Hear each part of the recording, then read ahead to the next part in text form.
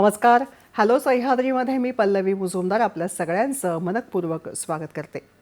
महान विचारवंत, संविधानाचे सर्वेसर्वा आणि समाजसुधारक असा आपण ज्यांचा आदराने उल्लेख करतो ते डॉक्टर बाबासाहेब आंबेडकर. समानता, स्वातंत्र्य, बंधुता यांचा ठोस प्रसार करताना त्यांचे विचार आजच्या काळातही ज्योत प्रज्वलित करतात मनामनामध्ये. आणि ती ज्योत आहे ती म्हणजे तेजाची, अभ्यासाची आणि दिशादर्शनाची.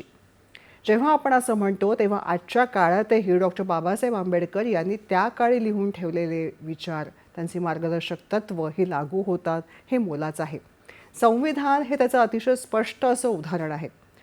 डॉक्टर बाबासाहेब आंबेडकर यांच्याविषयी, त्यांच्या कार्याविषयी आणि विचारांविषयी बोलताना माननीय पंतप्रधान नरेंद्र मोदीजी म्हणतात की संविधानाविषयी त्यांची मतं, त्या संविधानाची मांडणी हा डॉक्टर बाबासाहेब आंबेडकरांच्या अभ्यासाचा आणि विचारांचा एक भाग आहे. पण त्याचबरोबरीने त्यांनी सतत जे विचार मांडलेले आहेत ते भारतातल्या प्रत्येक नागरिकाने आत्मसात केले पाहिजेत. आणि त्या दृष्टिकोनातनं नागरिक म्हणून स्वतःची घडवणूक करताना संघटन, समानता आणि अभ्यास या पैलूंचा विचार हा सातत्याने व्हायला हवा. जेव्हा सातत्याने या पैलूंचा विचार व्हायला हवा असं येतं तेव्हा व्यक्ती अभ्यासणं महत्त्वाचं आहे, साहित्य अभ्यासणं महत्त्वाचं आहे आणि त्या विचारांना आदर्श मानून पुढे जाणं हेही तितकंच मोलाचं आहे. या सगळ्याविषयी बोलताना डॉक्टर बाबासाहेब आंबेडकर यांची जयंती 14 एप्रिलला साजरी केली जाते. आणि त्यांना अभिवादन करताना कुठल्या पद्धतीने, कशा पद्धतीने तयारी सुरू आहे या सगळ्याविषयी जाणून घ्यायचे आजच्या भागामध्ये. आजचा आपला हॅलो सह्याद्रीचा विशेष भाग आहे डॉक्टर बाबासाहेब आंबेडकर जयंती पूर्वतयारी. भारताच्या प्रगतीसाठी डॉक्टर बाबासाहेब आंबेडकर यांचे विचार कायम अग्रेसर आहेत आणि दिशादर्शक आहेत असं म्हणताना त्यांच्या विचारांच्या अनुषंगाने वाटचाल करणारं व्यक्तिमत्व आज आपण इथे आमंत्रित केलेलं आहे. आपल्याबरोबर आहेत नागसेन कांबळे सर. सर नमस्कार. हॅलो सह्याद्रीमध्ये आपलं मनपूर्वक स्वागत करते. जय भीम. स्वतःची ओळख करून देताना आंबेडकर चळवळीतले कार्यकर्ते असं ते अभिमानाने सांगतात. जवळपास 25 वर्षाहून अधिक काळ आंबेडकरी चळवळीमध्ये ते आहेत. ज्येष्ठ कार्यकर्ते म्हणून ते नावाजले जातात. आज डॉक्टर बाबासाहेब आंबेडकर महापरिनिर्वाण दिन समन्वय समितीचे ते सरचिटणीस आहेत आणि त्या अनुषंगाने काम करतात. डॉक्टर बाबासाहेब आंबेडकर यांच्या प्रत्येक उपक्रमाच्या दृष्टिकोनातनं एक समूह त्यांनी केलेला आहे आणि त्या अनुषंगाने प्रत्येक अनुयायापाशी कार्यक्रम, विविध योजना आणि दिशादर्शन यामध्ये त्यांची मोलाची भूमिका असते. डॉक्टर बाबासाहेब आंबेडकर यांचे विचार, कृतिशीलता या सगळ्याबाबत ते अतिशय उत्साहाने मार्गदर्शन करत असतात. आज त्यांच्याकडून या सगळ्या बाबतीतही आपल्याला जाणून घ्यायचे, पण मुख्य म्हणजे जयंतीसाठी जी पूर्वतयारी केलेली आहे त्याविषयी सुद्धा सर आपल्याला सांगणार आहेत. आपल्या चर्चेला सुरुवात करूया. सगळ्यात आधीच जेव्हा आपण असं म्हणतो की जयंती आहे तेव्हा फार मोठ्या प्रमाणामध्ये पूर्वतयारी केली जात आहे. जेव्हा असं तयारी केली जात आहे असं आपण म्हणतो तेव्हा एक जाणवतो डॉक्टर बाबासाहेब आंबेडकर यांचे विचार, त्यांचे गुण हे आजही दिशादर्शक आहेत. त्याबाबत आपण सुरुवातीला काय सांगू इच्छिता?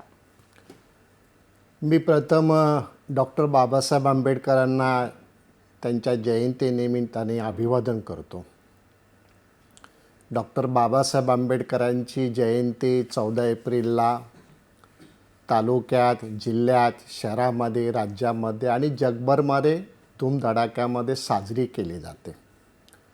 जगाच्या पलीकडे असे डॉक्टर बाबासाहेब आंबेडकर एकमेव महापुरुष आहे की त्यांची 14 एप्रिलला जयंती सुरू झाली तर ती मग जून जुलैपर्यंत ही जयंती वर्षभर साजरी करत जाते. या जयंतीच्या निमित्ताने सर्व अनुयायी एका प्रेरणेने, खरं म्हणजे हा दिवस एक आनंदाचा आहे, नक्कीच प्रेरणादायी दिवस मानला जातो. आणि बाबासाहेबांबद्दल कृतज्ञता व्यक्त करणं हे प्रत्येक नागरिकाचं काम आहे.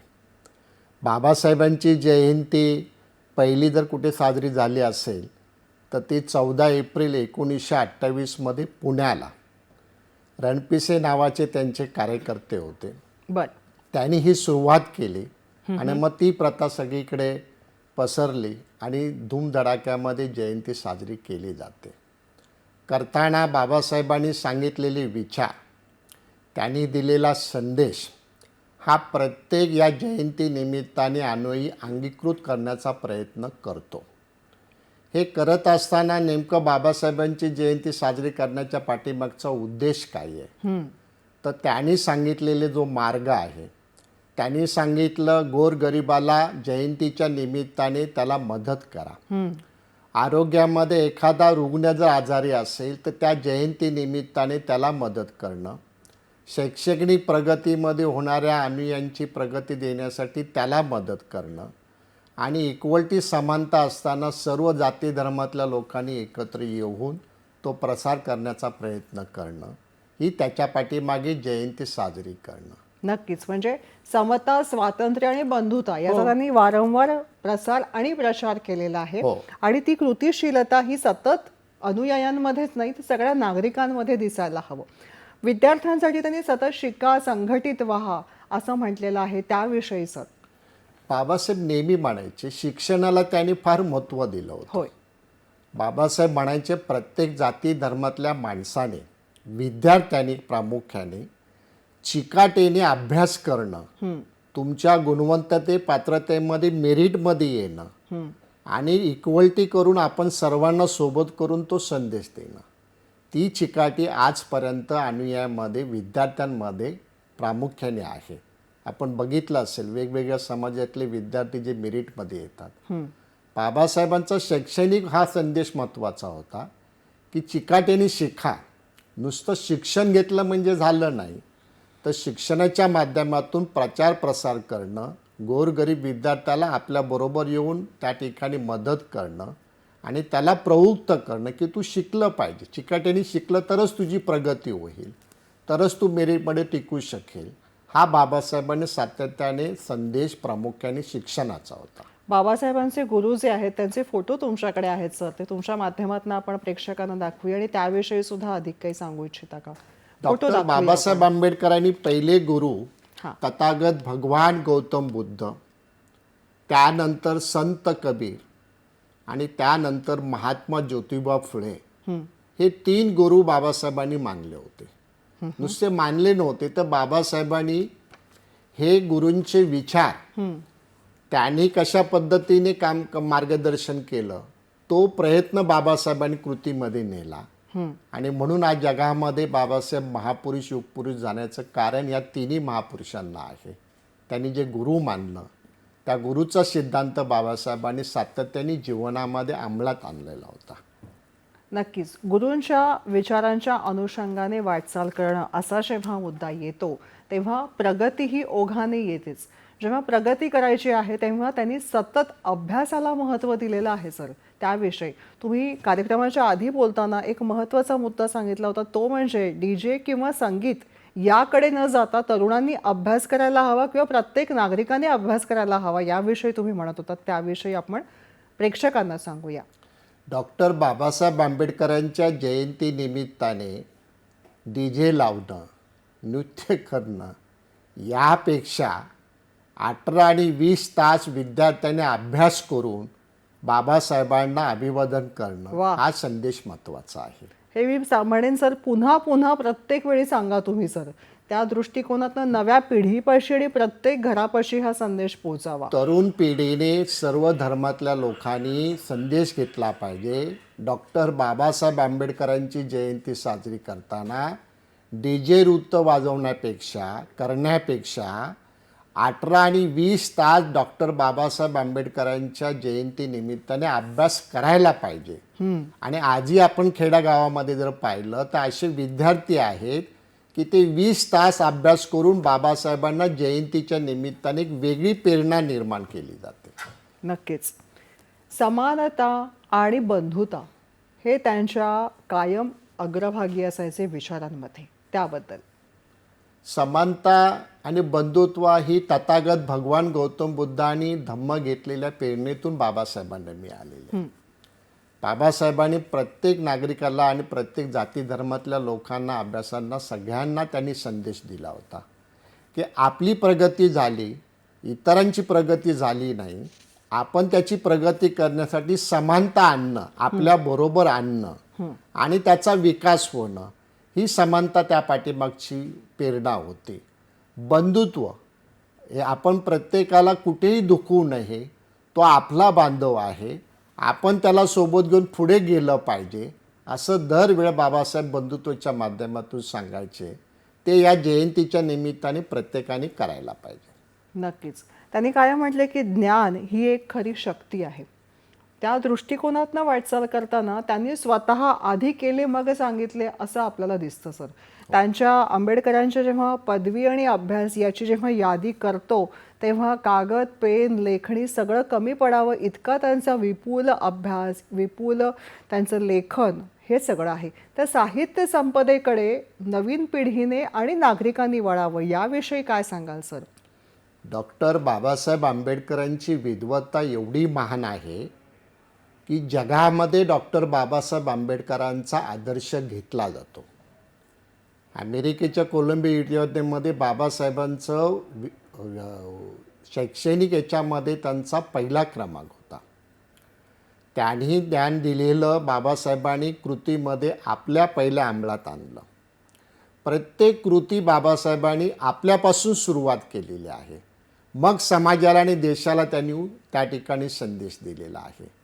त्यामुळे जयंतीच्या माध्यमातून प्रत्येक अनुयायांनी एक लक्षात घेतलं पाहिजे, बाबासाहेबांची विद्वत्ता एवढी प्रचंड आहे की आजपर्यंत देशामध्ये असा विद्वान माणूस कोणी झाला नाही आणि तो होणारही नाही. Only one doctor Babasaheb Ambedkar महापुरुष विद्वान आहेत. आणि म्हणून ते असे म्हणतात की मी विद्वान झालो असलो तरी तुम्ही होऊ शकता. मी दिलेल्या मार्गाने चालण्याचा प्रयत्न करा.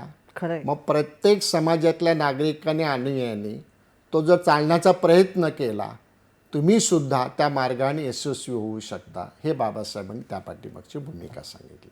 संविधान हा डॉक्टर बाबासाहेब आंबेडकर यांच्या आयुष्यामधला आणि त्यानंतर भारतातल्या प्रत्येक नागरिकासाठी महत्त्वाचा असलेला हा टप्पा आहे.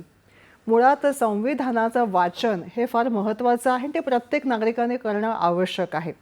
संविधानाच्या माध्यमातून डॉक्टर बाबासाहेब आंबेडकर यांनी मांडलेले विचार फार मोलाचे आहेत. त्याविषयी सर आपण अधिक काय सांगू इच्छिता? प्रश्न असा आहे, हा फोटो आपल्या आपण बघत आहोत तो भारताचं देशाचं संविधान, हा हे संविधान आपल्या इतर देशाला आदर्श म्हणून मानलं जातं. खरंय. बाबासाहेबांनी हे संविधान तयार करताना, सर आपण हा फोटो दाखवूया कॅमेरासमोर आणि तुम्ही बोला.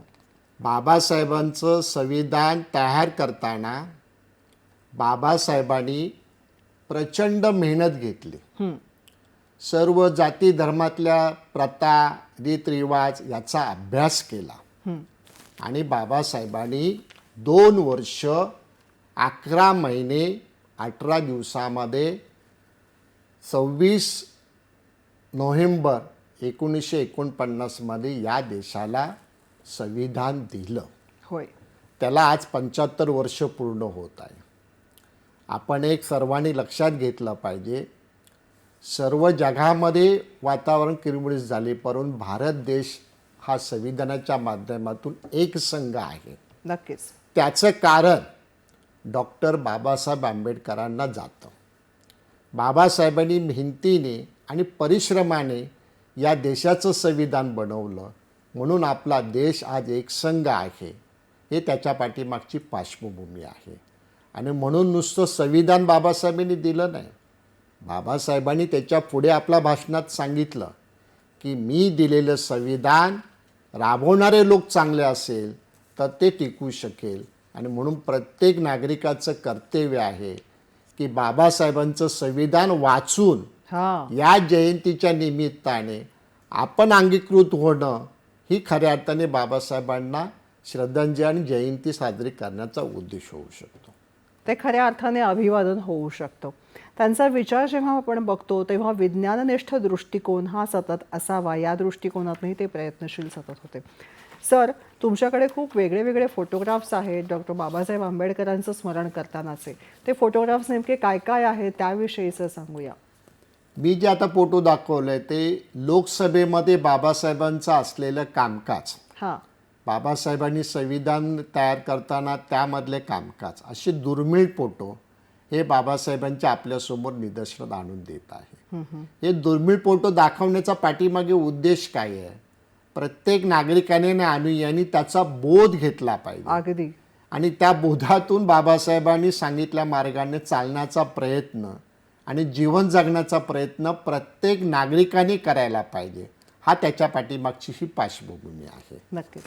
नदी जोड प्रकल्प हे फार महत्त्वाचा टप्पा आहे आणि त्या दृष्टिकोनातनं ते सतत मार्गदर्शक होते आणि नदी जोडणीच्या माध्यमातून पाण्याच्या बाबतीत विपुलता कशी होऊ शकेल आणि पाण्याची बचत कशी होऊ शकेल या बाबतीमध्ये त्यांनी त्या काळामध्ये मार्गदर्शनपर लेख लिहून ठेवलेत जे आजही मार्गदर्शक ठरतात.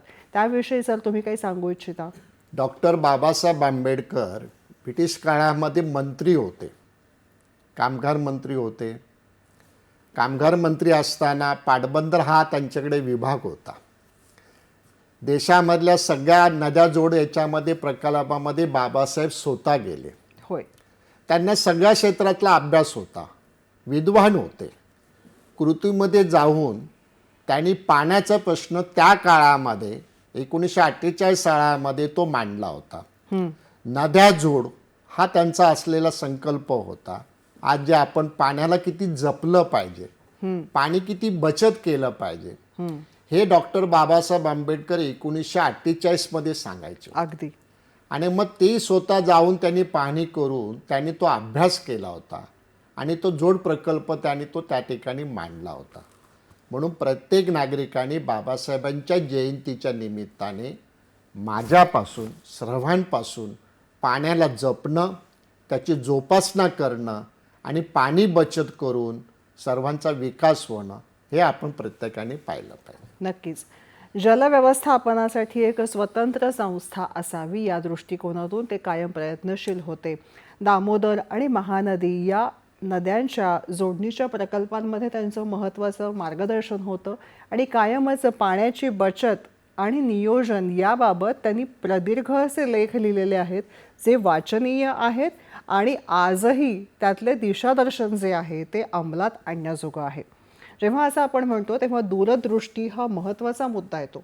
सर, वेगवेगळे टप्पे किंवा वेगवेगळे अभ्यास याविषयी आपण बोलतो आहोत, तर त्यांचे असे कोणते गुण आहेत की त्यातला एकतरी गुण आपण आत्मसात करायचं? जयंतीला आणि महापरिनिर्वाण दिनाला ठरवलं तर वर्षाकाठी 2 गुण प्रत्येक नागरिकापाशी येतील, नाही का? हो. बाबासाहेबांचा एक गुण जो महिलांबद्दल होता, फार आदरपूर्वक बाबासाहेबांचा अभ्यास होता. बाबासाहेब जगामधले असे मंत्री असताना हिंदू कोड बिलामध्ये ते पास झालं नाही, त्यांनी तो राजीनामा दिला. फार त्यांना दुःख झालं.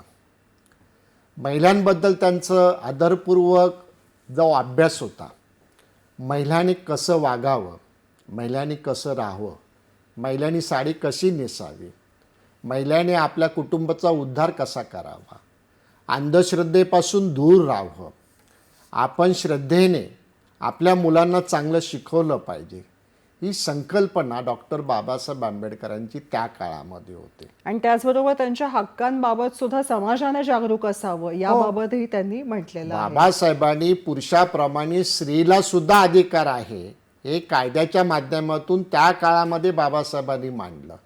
कुठला असा नेता, कुठला असा महापुरुष आहे की पुरुषाबरोबर महिलांना सुद्धा समानता सारखं आज आपण बघितलं तर आपल्या देशाचं संविधान असल्यामुळे बाबासाहेबांनी महिला राष्ट्रपती होऊ शकतात, महिला पंतप्रधान होऊ शकतात, याचं श्रेय डॉक्टर बाबासाहेब आंबेडकरांच्या संविधानाला जातं. याविषयी आणखीन बोलूयाच. एक छोटीशी विश्रांती घेऊन आम्ही लगेच परत येतो या विशेष भागामध्ये. बघत रहा आपली वाहिनी, सह्याद्री वाहिनी.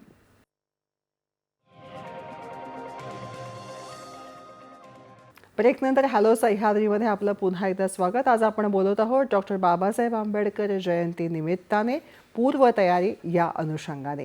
सर, तुम्ही सांगत होता ते म्हणजे पूर्वतयारी ही महत्त्वाची आहे आणि पूर्वतयारी करताना फार मोठं नियोजन केलं जातं सर, कारण लोटणारा जनसमुदाय हा प्रचंड मोठा आहे. आपण म्हणतो तसं अनुयायांचा महासागर त्या सागरावरती लोटलेला असतो, ते म्हणजे आपल्या लाडक्या भीमाला वंदन करण्यासाठी, जय भीम म्हणण्यासाठी. त्या प्रचंड समुदायाचं कशा पद्धतीने व्यवस्थापन केलं जातं हा मोठा अभ्यासाचा विषय आहे, नाही का? त्याबद्दल सर. डॉक्टर बाबासाहेब आंबेडकरांची जयंती ही 14 एप्रिलला आहे. त्यामुळे महाराष्ट्रामध्ये दीक्षाभूमीला जाऊन अनुयायी दर्शन घेतात आणि मुंबईमध्ये आपली जी चैत्यभूमी स्मारक आहे याला अभिवादन करतात.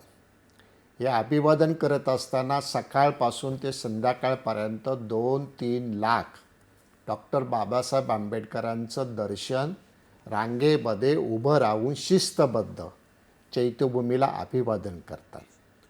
दरवर्षीप्रमाणे सर्व अनुयांना मंडपाची व्यवस्था, शौचालयाची व्यवस्था, त्याचबरोबर नियंत्रण कक्ष. बाबासाहेबांची जयंती असल्यामुळे तो एक आनंदाचा उत्सव आहे. त्यामुळे आमच्या समन्वय समितीच्या माध्यमातून महानगरपालिका ही जी व्यवस्था करते आणि बेस्ट आणि शासन, आम्ही यावर्षी प्रत्येक अनुयांना एक बाबासाहेबांच्या जयंतीनिमित्ताने एक लाडू, हां बाबासाहेबांचा असलेला पेन, त्या पेनावर बाबासाहेबांची सिग्नेचर अच्छा. आणि पाण्याची बाटली ही प्रत्येक अनुयायांना रांगेतून दिली जाते. अरे वा. जेवढा अनुयायी येतो हां. तो महानगरपालिकेच्या वतीने ही व्यवस्था केली जाते. बर. त्या ठिकाणी असलेली साफसफाई, रंगरंगोटी, सजावट, अगोदरचा रोड शो दाखवलेला आहे. त्याचबरोबर त्या दिवशी याविषयी आणखीन बोलूया सर. एक फोन पटकन घेऊया, तुमच्या परवानगीने घेते. हो. रुपेश गुजराती यांचा फोन आहे सिन्नरहून. नमस्कार रुपेशजी. रुपेश गुजराती बोलतो मॅडम मी. बोला. नाशिक वेस्ट सिन्नर जिल्हा हो. नाशिक. बोला. 14 एप्रिल ही आपल्या सर्व भारतीयांसाठी अभिमानाची दिवस आहे. माझं असं म्हणणं आहे या निमित्ताने की जसं आपण धार्मिक पूजा अर्चेमध्ये त्या दिवशी काही सण असला तर धार्मिक ते पूजा अर्चना पोथी पठण करतो, तसं सर्व शाळा कॉलेजमधून त्या दिवशी संविधानाचं पठण हे व्हायलाच पाहिजे सक्तीने, जेणेकरून म्हणजे संविधान हे लहान मुलांपासून तर ज्येष्ठांपर्यंत सर्वांना ते समजले गेले पाहिजे. जसे लोकसभेमध्ये, राज्यसभेमध्ये त्याची चर्चा होते संविधानाची, पण शाळा कॉलेजमधून त्याची फारशी चर्चा होत नाही.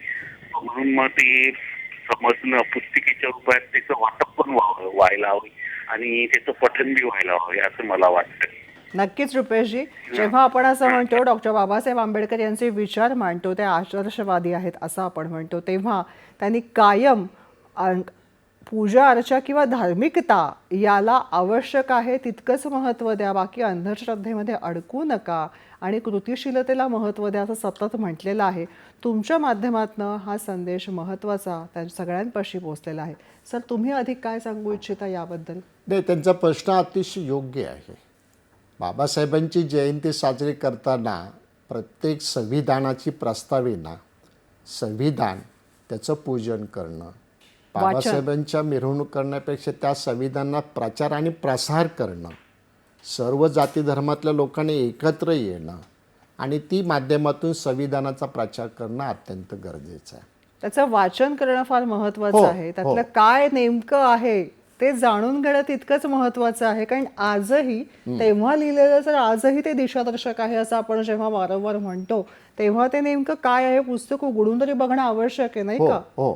पण ते नुसतं वर्षापुरते 14 एप्रिलला नाही, आपण 14 एप्रिलला प्रारंभ सुरू करावा आणि तेव्हापासून भारताचं संविधान वस्ती वस्तीतून, शाळेतून एकत्र बसून एक दिवसाला एक जरी पान वाचलं तरी बाबासाहेबांचं असलेलं संविधान याचा प्रचार होईल, असं त्या पाठीमागची पार्श्वभूमी आहे. ती करावी अशी विनंती. आणि मुळात त्यातनं त्या अभ्यासातून दिशादर्शन मिळतं, बोध मिळतो, ते महत्त्वाचं, मार्गदर्शन मिळतं, आयुष्यामधली पुढची वाट कळते, अनेक प्रश्नांची उत्तरं आहेत त्यामध्ये. मुळात वीज धोरण त्यांनी तेव्हा मांडून ठेवलेलं आहे, नदीजोड प्रकल्प मांडून ठेवलेला आहे, महिलांसाठी वेगळं आहे, समानता बंधुता हे त्यांचं कायम आपण म्हणतोच, पण बरोबरीने कृतिशीलता आणि अभ्यासाला महत्त्व दिलेलं आहे. शिका, संघटित व्हा, ज्ञान हीच शक्ती, एक ना अनेक मुद्दे येतात सर. मग या पार्श्वभूमीवर त्यांचे कोणते गुण आहेत की ते आजच्या पिढीने घ्यायला हवेत असं आपल्याला प्रकर्षाने जाणवतं सर? बाबासाहेबांच्या प्रत्येक गुण हा घेण्यासारखा आहे. आपण त्याला कुठला गुण हे मान्यता देऊ शकत नाहीये, पण ते गुण देताना प्रत्येक नागरिकाने, अनुयायांनी अतिशय पारदर्शक, डोकं शांत ठेवून, मेंदूला चिंतन करून आपण त्यांचा गुणाचा उपयोग करायला पाहिजे. बाबासाहेब म्हणाले, मला डोक्यातल्या विचारातनं मेंदूनी अंमलबजावणी करा. त्यामुळे त्या माध्यमातून प्रत्येक अनुयायांनी त्यांचे गुण आणि त्यांचा बोध घेणं. आज जगाला खरी गरज आहे डॉक्टर बाबासाहेब आंबेडकरांच्या विचाराची. नक्कीच. पुढचा फोन आहे. अजिंक्य गोळे आपल्याशी बोलतायत बदलापूरहून. नमस्कार अजिंक्य, प्रश्न विचारा. हा, मला असं विचारायचं आहे हो. की मार्गदर्शक तत्वांच्या माध्यमातून त्यांनी जे सामाजिक न्यायाचा मुद्दा दिला होता त्याबद्दल अधिक काय माहिती सांगू शकाल? बरं, धन्यवाद. सामाजिक न्याय याविषयी अधिक माहिती. बाबासाहेबांनी सामाजिक न्याय विभागाच्या माध्यमातून अतिशय शासनाने बोध आणि शासनाचा तो प्रचार चाललेला आहे. सामाजिक न्याय माध्यमातून वेगवेगळ्या शाळेतून, कॉलेजातून, विद्यापीठातून त्यांचं मार्गदर्शन होणं गरजेचं आहे. आणि ते करताना सामाजिक न्याय विभागाकडनं अत्यंत त्याची अंमलबजावणी ही होणं गरजेचं आहे असं मला या ठिकाणी वाटतं. सर, जेव्हा पूर्वतयारी हा मुद्दा बघाचपासून आपला चाललेला आहे, तुम्ही सांगत होतात की प्रत्येकाला काही पाणी म्हणा किंवा पेन ज्यातून अभ्यासाची विचार मिळू शकतात, अशा काही गोष्टी दिल्या जात आहेत. या बरोबरीने आणखीन काय व्यवस्था आहे? लाखो अनुयायी तिथं लोटतायत, तेव्हा त्यांना तिथं माहिती हवी, नाही का? चैत्यभूमीला येणारा अनुयायी हा स्वयंस्फूर्ती असतो. त्याला सांगायची गरज नाही. तो आपला दर्शनाला येतो. जी काही व्यवस्था महापालिकेने, शासनाने केले त्याचा लाभ घेतो. आणि तो परतीमध्ये जाताना डॉक्टर बाबासाहेब आंबेडकरांचं एक पुस्तक प्रत्येक अनुयायी घेऊन जातो. यावर्षीसुद्धा सामाजिक न्याय विभागाच्या वतीने, बायटी संस्थेच्या वतीने नापक दरामध्ये प्रत्येक पुस्तक अनुयायांना देण्याचा आम्ही त्या ठिकाणी विनंती केलेली आहे. अच्छा. याची तयारी खरं म्हणजे वेगवेगळ्या त्याच्यामध्ये एजन्सी आहेत.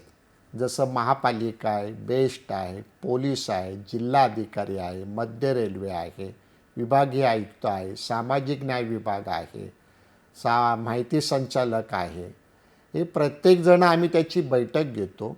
आदरणीय मुख्यमंत्री महोदय देवेंद्र फडणवीस साहेब स्वतः बैठक घेऊन या सगळ्यांची विचारणा, सगळ्यांची सूचनाचं पालन करून तसे निर्देश देतात.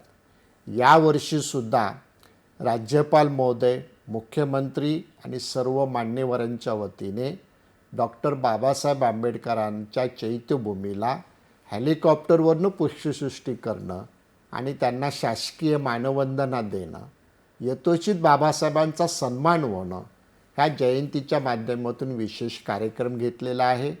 आणि विशेष बाबासाहेबांना सांस्कृतिक भीमगीतातून बाबासाहेबांना अभिवादन करणं, तो एक सांस्कृतिक कार्यक्रम आणि प्रबोधनाचा कार्यक्रम चैत्यभूमीला या ठिकाणी दरवर्षीप्रमाणे ठेवलेला आहे. आपण सर्वांनी जास्तीत जास्त अनुयायांनी या दिवशी येऊन डॉक्टर बाबासाहेब आंबेडकरांच्या जयंतीच्या निमित्ताने अभिवादन करून त्यांचा असलेला एक गुण आपल्या जीवनामध्ये जगण्याचा प्रयत्न करावा. सर, हे सगळं सांगत असताना एक महत्त्वाचा मुद्दा येतो, ते म्हणजे या अनेकविध लिखाणांमधनं ते व्यक्त होत असतात आणि ते व्यक्त होणं जे आहे ते आजही आपल्याला समजून घेणं क्रमप्राप्त आहे. जेव्हा असं आपण म्हणतो तेव्हा त्यांच्या पुस्तकांविषयी सांगताना, त्यांच्या लिखाणांविषयी, त्यांचे अनेकविध प्रदीर्घ लेख आहेत की जे लेख म्हणजे एक पुस्तक होऊ शकेल. तर त्या सगळ्याविषयी सांगताना असं तुम्ही स्वतःला भावलेलं कोणतं पुस्तक किंवा कुठला लेख याविषयी काही सांगू इच्छिता? मला या निमित्ताने डॉक्टर बाबासाहेब आंबेडकरांचं, डॉक्टर सविता आंबेडकरांचं जे पुस्तक आहे, मी बाबासाहेबांच्या सहवासात आहे, ते प्रत्येक पुस्तक स्त्री आणि पुरुषांनी जर वाचलं तर बाबासाहेब स्त्री आणि पुरुषांबद्दल किती प्रेम होतं, बोध होता, हे त्यातून ते दिसून येईल. बाबासाहेबांचे अनेक पुस्तकं, अनेक ग्रंथ हे बोध घेणारे आहेत. पण ते वाचताना आपल्याला जो बाबासाहेब समजणं तो पलीकडचा आहे. त्यांना समजून घेणं फार अवघड आहे. बरोबर. तिथपर्यंत पोचणं हेही अवघड आहे. परंतु थोडासा गुण आपण या निमित्ताने, जयंतीच्या निमित्ताने बोध घेण्याचा जर प्रयत्न केला, त्याने आपल्या शेवटच्या आयुष्यामध्ये बुद्ध आणि त्यांचा धम्म, जो बौद्ध धर्म स्वीकारण्याच्या अगोदर जो ग्रंथ बाबासाहेबांनी तयार केलेला होता, तो बोध आजही ग्रंथाला, देशाला तो एक आदर्श म्हणून ग्रंथ बघितला जाईल असं त्या ठिकाणी मला असं वाटतं. अनुयायी जेव्हा प्रचंड संख्येने येत असतात तेव्हा त्यांच्या मनामध्ये किंवा तिथे येताना कोणत्या भावनेने येतात, हे तुम्ही काय बघता त्या सगळ्या दृश्याकडे? प्रत्येक अनुयायी हा स्वयंस्फूर्तीने एक प्रेरणा घेऊन येतो की आपल्याला या दिवशी चैत्यभूमीला गेलं पाहिजे. जसं 6 डिसेंबर महापरिनिर्वाण दिन दुःखाचा दिवस असतो, पण 14 एप्रिल बाबासाहेबांची जयंती म्हटले की प्रत्येक जण अनुयायी वस्तीमधला कुटुंबासहित चैत्यभूमीला जातो. त्याचं जाण्याचं कारण काय आहे? चैत्यभूमी ही प्रेरणा देणारं स्मारक आहे, स्फूर्ती देणारं स्मारक आहे. तो तिथे गेल्यावर नतमस्त होतो आणि मग ती प्रेरणा आणि तो आदर्श दिवसभरामध्ये घेऊन जातो आणि वर्षभरामध्ये तो जगण्याचा प्रयत्न ती प्रेरणा करते. ती त्या ठिकाणी जयंतीच्या निमित्ताने प्रत्येक अनुयायी घेतो. कुठल्याही अनुयायाला सांगायची गरज लागत नाही. तो शिस्तबद्ध प्रेरणेने दर्शन घेऊन बाबासाहेबांच्या चैत्यभूमीला अभिवादन करतो. सर, तुम्ही सांगत होता त्यांची जन्मभूमी, कर्मभूमी आणि त्यांच्या पुढच्या आयुष्याची वाटचाल, या अनुषंगाने तुम्ही मला मगाशी कार्यक्रम सुरू होण्यापूर्वी छान वाक्य सांगितलं होतं, ते सगळ्यांपाशी पोहोचू दे. डॉक्टर बाबासाहेब आंबेडकरांची जयंती आपली मऊभूमी, जिथे त्यांचा जन्म झाला. डॉक्टर बाबासाहेब आंबेडकरांचं बौद्ध धर्म स्वीकारला, ती आपली दीक्षाभूमी. बाबासाहेबांनी 5 लाख अनुयायांना बौद्ध धर्म स्वीकारला. बाबासाहेबांचं महापरिनिर्वाण झालं, ती आपली चैत्यभूमी. आपल्या सर्वांची भारतभूमी.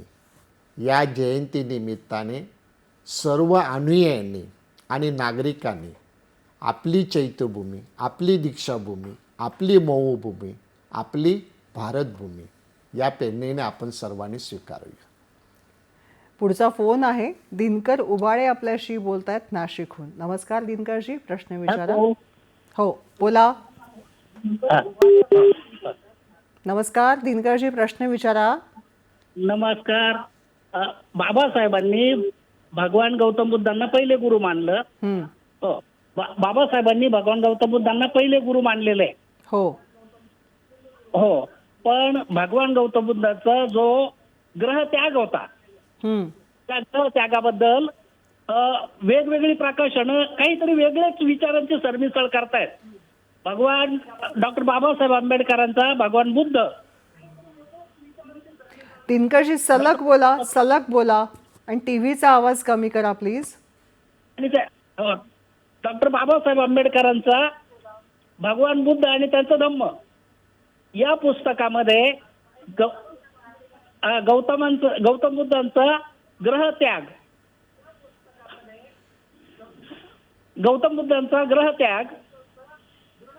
दिनकरजी, तुम्ही तुमचा काही प्रकाशनं त्यात वेगळीच सरमिसळ करतायत. तर याबद्दल आपलं काय मत आहे? बर, काही मांडू इच्छिता त्याविषयी? नाही, सर, त्यांचा प्रश्न सुंदर आहे. म्हणजे डॉक्टर बाबासाहेब आंबेडकरांचे पहिले गुरु तथागत भगवान गौतम बुद्ध. फोटो आहे आपल्याकडे, दाखवू शकतो आपण तो. हो, आपल्याला त्यांचे 3 गुरु. पहिले गुरु तथागत भगवान गौतम बुद्ध. त्यांनी सांगितलं की बाबासाहेबांनी बौद्ध धर्म स्वीकारला. बुद्ध आणि त्यांच्या धम्मामध्ये काय वेगळे मिश्रण चाललेले आहे, वस्तुस्थिती आहे. परंतु आपली जबाबदारी त्यासाठीच आहे की ते आपण जागृत राहणं आणि त्यावेळी ती गोष्ट निदर्शनात आणून देणं. बाबासाहेबांच्या जयंतीच्या निमित्ताने मी त्यांना एवढंच सांगू इच्छितो, अशा ठिकाणी आपण जागृत होणं, एकसंघ होणं आणि त्याच वेळेला आपण जाब विचारणं, जो बाबासाहेबांनी संविधानाच्या माध्यमातून अधिकार दिलेला आहे, ते आपण विचारणं गरजेचं आहे. जयंतीच्या निमित्ताने हा मुद्दा करत असताना बाबासाहेबांनी जो बौद्ध धर्म स्वीकारला, त्याचा प्रचार आणि प्रसार करण्याचा आपण पाठीमागे उभं राहणं ही आपली जबाबदारी आहे. आणखीन जाणून घ्यायचं छोट्याशा विश्रांतीनंतर. बघत रहा डॉक्टर बाबासाहेब आंबेडकर यांच्या जयंतीनिमित्त विशेष कार्यक्रम हॅलो सह्याद्रीमध्ये.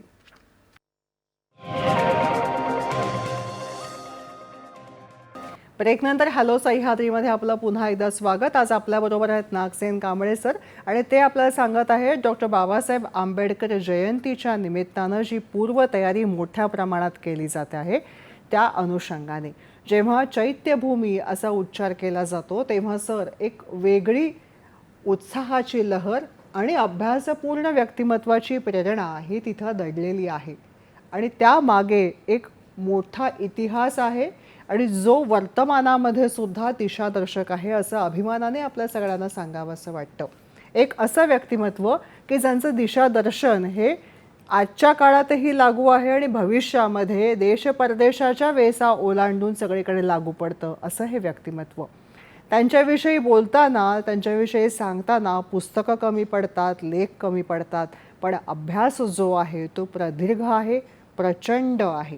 या अभ्यासाच्या माध्यमातून त्यांनी काय सांगितलं? नदीजोड प्रकल्प मांडले, वीज प्रकल्पांविषयी धोरणांविषयी मांडणी केलेली आहे, आपलं भारताचं संविधान त्यांनी मांडून ठेवलेलं आहे, कायदे तज्ज्ञ म्हणून त्यांचा भरपूर अभ्यास आहे. या सगळ्याविषयी जेव्हा आपण बोलतो तेव्हा प्रत्येक पाण्याची बचत व्हावी याबाबत ते जागरूक होते.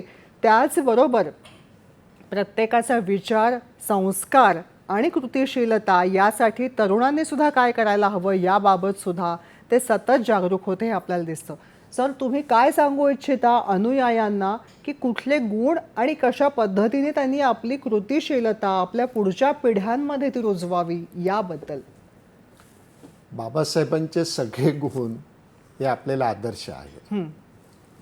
जयंती निमित्ताने सर्व अनुयायांनी एक लक्षात ठेवलं पाहिजे की बाबासाहेबांनी आयुष्यभर कष्ट करून समाजाची प्रगती आणि देशाचा प्रगती हा लढा इथपर्यंत आणला. त्यामुळे जयंतीच्या निमित्ताने त्यांचे सगळे गुण, पहिला हे गुण म्हणजे बाबासाहेब नेहमी सांगायचे प्रत्येक समाजाने कार्यकर्त्यांनी शिस्त पाळली पाहिजे, विनम्रता आणि तुमचा असलेला आदरपूर्वक संदेश. आपण आपल्यापासून कुणालाही दुखवू नका, कृतीमध्ये काम करा. हे प्रत्येक गुण आपण आपल्या अंमलात आणणं अत्यंत या जयंतीच्या निमित्ताने गरजेचं आहे. प्रत्येक महिला असो पुरुष असतो समानताही बाळगून आपण सर्वांनी बाबासाहेबांचा गुण या जयंतीच्या निमित्ताने आणण्याचा प्रयत्न आपण करूया असं मला या ठिकाणी वाटतं. त्यांचे गुरु आणि त्यांची विचारशैली याबाबत काही बोलू इच्छिता सर आपण? त्यांचे गुरु म्हणजे भगवान गौतम बुद्ध होते, संत कबीर होते, महात्मा ज्योतिबा फुले होते. ते एवढे विचारवंत अभ्यास होते की डॉक्टर बाबासाहेब आंबेडकरांनी बौद्ध धर्म स्वीकारताना तथागत भगवान गौतम बुद्धांचा धम्माचा पूर्ण त्यांनी विद्वान अभ्यास केला.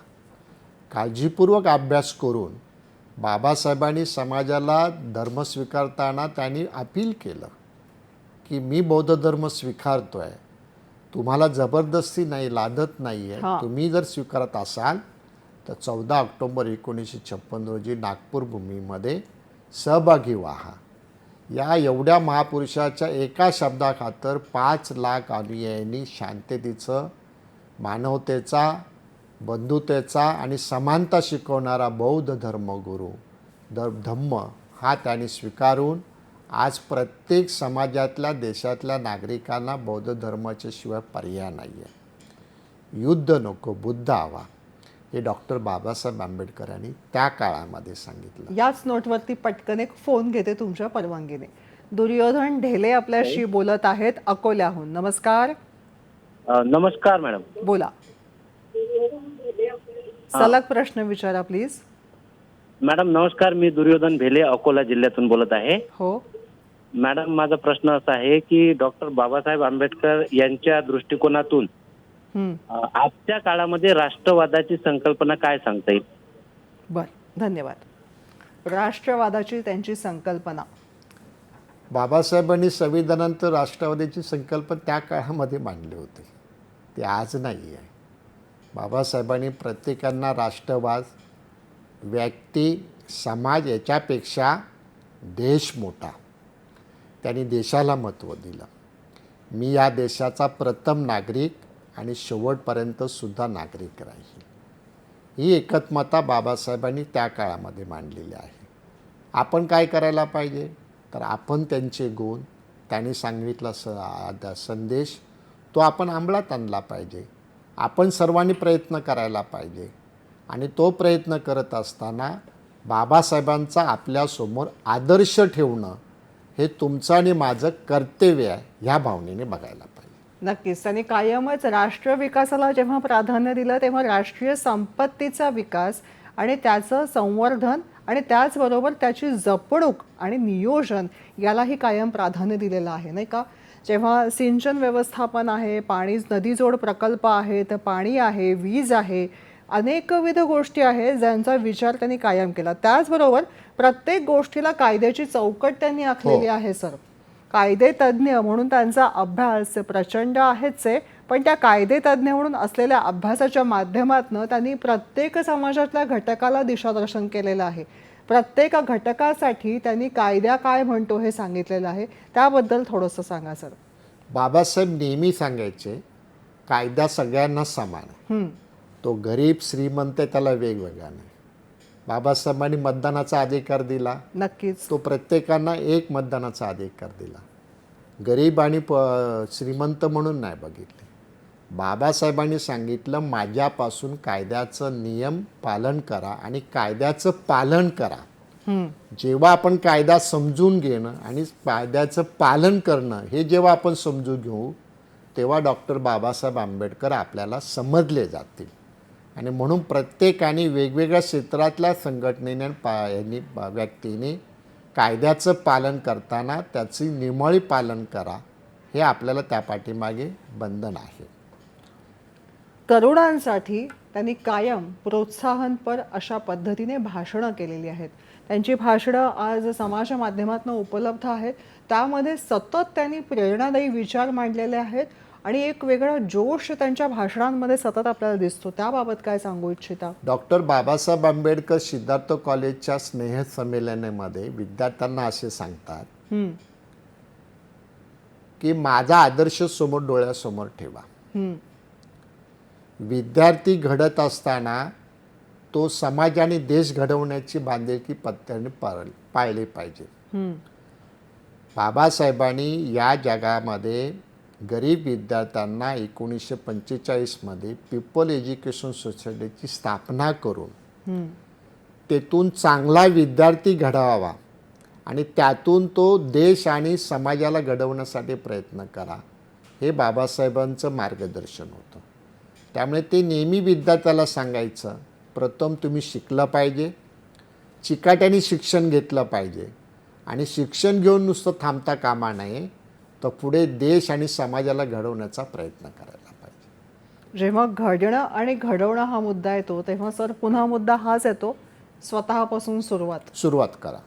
तर स्वतःपासून सुरुवात म्हणताना त्यांनी केलेला अभ्यास आणि त्यांचं सतत त्यांच्याविषयी सतत किस्से सांगितले जातात की त्या अभ्यासामध्ये एवढे मग्न असायचे की समोर ठेवलेलं ताट किंवा पाणी ह्या सगळ्या गोष्टी, चहा, या सगळ्या गोष्टी ते विसरून जायचे आणि कित्येक तासांनी ते वाढायचे किंवा घरातली मंडळी बघायची तेव्हा लक्षामध्ये यायचं की त्यांनी जेवलेले नाही आहेत आणि अजूनही ते अभ्यासामध्येच मग्न आहेत. अशा पद्धतीने अनेक तास अभ्यास. मगाशी तुम्ही मुद्दा मांडला, ते 2-3 मुद्दे जर पुन्हा आपण पोहोचूया. ते म्हणजे तिथे तुमच्याकडे एक मॅप आहे, नकाशा आहे, त्या माध्यमातून पोचणं कसं आहे चैत्यभूमीला, व्यवस्था कशी आहे आणि या दृष्टिकोनातून घ्यायची काळजी कशी आहे. कारण जेव्हा लाखो अनुयायी तिथे येतात तेव्हा तितकीच काळजी घेतली जाणं हे प्रत्येकाची जबाबदारी आहे. आणि बाबासाहेब म्हणतात तसं आपले हक्क कर्तव्य याबाबत जाणीव ठेवताना आपली कृतिशीलता ही कोणाला त्रासदायक नाही ना याचा विचार मात्र नेमकेपणाने व्हायला हवा, नाही का सर? डॉक्टर बाबासाहेब आंबेडकरांची जयंती आणि चैत्यभूमीला दर्शन घेताना प्रत्येक नागरिकाने अनुयायांनी एक नम्रता पाळावी. जो आता या ठिकाणी देखावा नकाशा आपण दाखवत आहोत, आपल्या चैत्यभूमीला जाण्यासाठी शिस्तबद्ध विनय नम्रता रांगेतून दर्शन घ्यावं. रांगेतून दर्शन घेताना आपली भारतीय बौद्ध महासभा समता सैनिक दलाचे सैनिक, महानगरपालिकेचे स्वयंसेवक आणि पोलीस विभागाचे सुरक्षा रक्षक आपल्या सेवेसाठी आहेत. कुणीही अफवावर न विश्वास ठेवता डॉक्टर बाबासाहेब आंबेडकरांचं दर्शन घेताना आपण विनम्रतेने एकजुटीने दर्शन घ्यावं आणि आपल्या लाडक्या महापुरुषाला डॉक्टर बाबासाहेब आंबेडकरांच्या जयंतीच्या निमित्ताने अभिवादन करणं. अभिवादन करताना त्यांनी सांगितलेला मार्ग तो नेण्याचा प्रयत्न, प्रचार आणि प्रसार आपण सर्वांनी करावा ही आपल्याला त्या ठिकाणी नम्रपणे विनंती. सर, तुम्ही नम्रपणे विनंती हे वारंवार सांगत आहात, त्याचबरोबर सगळ्या अनुयायांनी सुद्धा विनम्रतेने यायचं आहे, प्रवास करायचा आहे आणि पोहोचायचं आहे. नक्की नक्की. त्यांच्या येण्याने, जाण्याने आणि तिथे असलेल्या उपस्थितीमुळे कोणालाही त्रास होऊ नये हे तुम्ही वारंवार सांगत आहात. तुमच्या माध्यमातून लाखो हजारो अनुयायांपाशी हा संदेश पोहोचत आहे, नाही का? हो. वारंवार या गोष्टी जेव्हा ठसवल्या जातात तेव्हा एक मुद्दा येतो की आपले आदर्श जे आहेत त्यांच्या व्यक्तिमत्वाला कुठेही ठेच लागू नये. जेव्हा आपण त्यांना महान आहोत असं आपण म्हणतो तेव्हा आपल्या कृतीतून दाखवणं हे आलंच, नाही का सर? हो. की ते महान आहेत ते आमच्याकडे बघून तुम्ही लक्षात घेऊ शकता. आदर्शवादाला ठेच लागू नये म्हणून त्यांनी कृतिशीलता कशी आखावी सर, त्याबद्दल सांगा. तरुण पिढीने कशा पद्धतीने मार्गक्रमण करायला हवं त्याबद्दल सांगा सर. डॉक्टर बाबासाहेबांचे विचार एवढे महान आहेत की तरुणांनी सातत्याने प्रयत्न केला तर ते अपुरे पडतील, एवढे बाबासाहेबांचे विचार महान आहेत. आपण सर्वांनी आपली बांधिलकी आहे की बाबासाहेबांचे विचार आपल्या जीवनामध्ये अंमलाचा प्रयत्न करताना काळजीपूर्वक आणि विनम्रतेने आपण याचा विचार करायला पाहिजे. आपल्या जगाचे भाग्यवान आहेत की बाबासाहेबांचा जन्म आपल्या जगामध्ये, देशामध्ये झाला आणि जग त्यांचं नतमस्त होऊन त्यांचा आदर्श स्वीकारला जातो. त्यामुळे प्रत्येक अनुयायाने आपण अतिशय काळजीपूर्वक आणि विनम्रतेने लक्ष देऊन त्यांनी दिलेले सर्व मार्ग जाण्याचा प्रयत्न करावा. डॉक्टर बाबासाहेब आंबेडकर नेहमी असे म्हणायचे की माझ्या नावाचा जय जयकार करण्यापेक्षा मी दिलेल्या मार्गाने चालण्याचा प्रयत्न प्रत्येक अनुयायीने आणि देशातल्या नागरिकांनी करावा.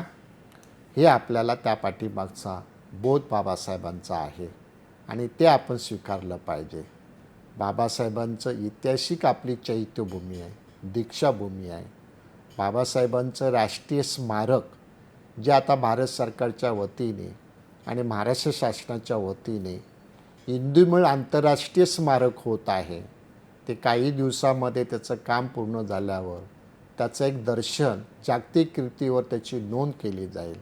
आपण त्याचा बोध घेऊन प्रत्येक बाबासाहेबांचं स्मारक आणि प्रत्येक बाबासाहेबांचे विचार आपण सर्वांनी आणण्याचा प्रयत्न करूया, अशी मी आपल्या सर्व जयंतीच्या निमित्ताने सर्व नागरिकांना, अनुयायांना आपल्याला विनंती करतो आणि सर्वांना या निमित्ताने हार्दिक शुभेच्छा देतो. आपलं जीवन मंगलदायी हो आणि डॉक्टर बाबासाहेब आंबेडकरांच्या आशीर्वादाने प्रत्येकांची प्रगती हो, अशी आपल्याला सद्भावना व्यक्त करतो.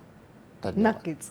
या सगळ्या मुद्द्यांचा जेव्हा विचार करतो तेव्हा शिका, संघटित व्हा, ज्ञानाच्या महासागरामध्ये शक्य आहे तेवढं स्वतःला बुडवून घ्या आणि वाटचाल करा. दिशादर्शनाचे अनेकविध मंत्र डॉक्टर बाबासाहेब आंबेडकरांनी दिलेले आहेत. नरेंद्र मोदी माननीय पंतप्रधान महोदय म्हणतात तसं प्रत्येक नागरिकाने त्यांचे गुण आत्मसात करायला हवेत आणि असं आपण म्हणतो तेव्हा कृतिशीलता ही ओघाने येतेच. सर, तुम्ही आलात आणि अनुयायांनी काय आचरण करायला हवं आणि जयंतीनिमित्त कशा पद्धतीने विनम्रता ही प्राधान्याने बाळगायला हवी याविषयी सतत सांगितलं. तुमचे मनःपूर्वक आभार मानते. धन्यवाद. कार्यक्रम कसा वाटला ते नक्की कळवा. त्याचबरोबरीने यूट्यूबच्या माध्यमातून हा कार्यक्रम आपण पुन्हा बघू शकता. लाखो हजारो अनुयायी जे येऊ इच्छितात त्यांनी दिशादर्शनासाठी हा अवश्य भाग पुन्हा पुन्हा यूट्यूबवरती बघावा. तुमचे आभार मानते. धन्यवाद. नमस्कार.